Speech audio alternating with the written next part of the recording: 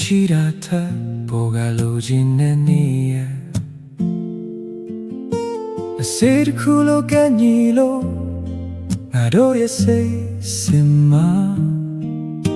မယောင်ရဲ့နိုင်ခြင်းတွေနဲ့ပဲလဲပတ်နေတာ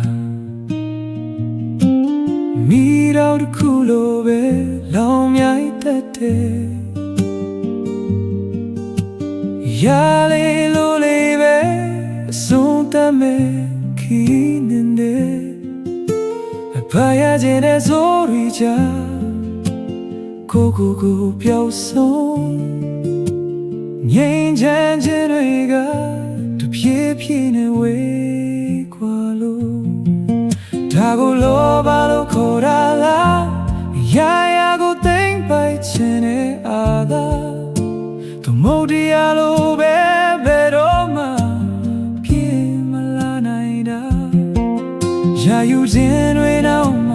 ပူလောင်ခြင်းတွေပဲချင်မှာဒါကိုလောဘလို့ခေါ်တာလားတွေ့ရမီယုံထွက်ဖို့ခက်ခဲတဲ့ကဘာမမြဲခြင်းတရားကိုခဏလေးမဲ့လျှော်နေတာအဆုံးမတော့အားလုံးကပလားဖန်ဆိုင်မှုတွေကထာဝရမဟုတ်ခဲ့ဘူးဒါပေမဲ့ငါတို့ကစိုးကိုင်ထားဖို့ပဲကြိုးစားဖို့ပေးစချင်ဆိုတာလောဘရဲ့စမ်းချင်ဘက်ပါပဲရောင်ရဲ့နိုင်မလားစိတ်အေးချမ်းမှုကမှန်တကယ်ပဲ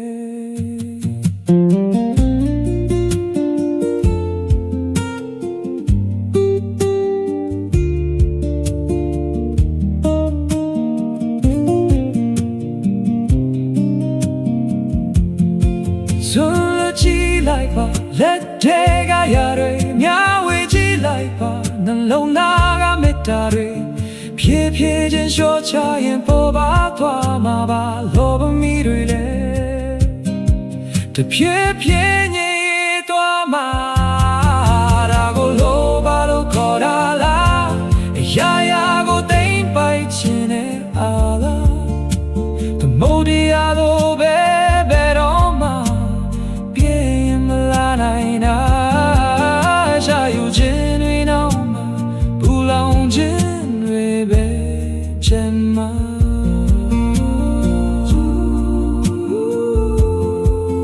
ဟေးချင်မှာဖြစ်ရှိတယ်ဟေးချင်ပါစေမတို့ရဲ့စိတ်ဆင်း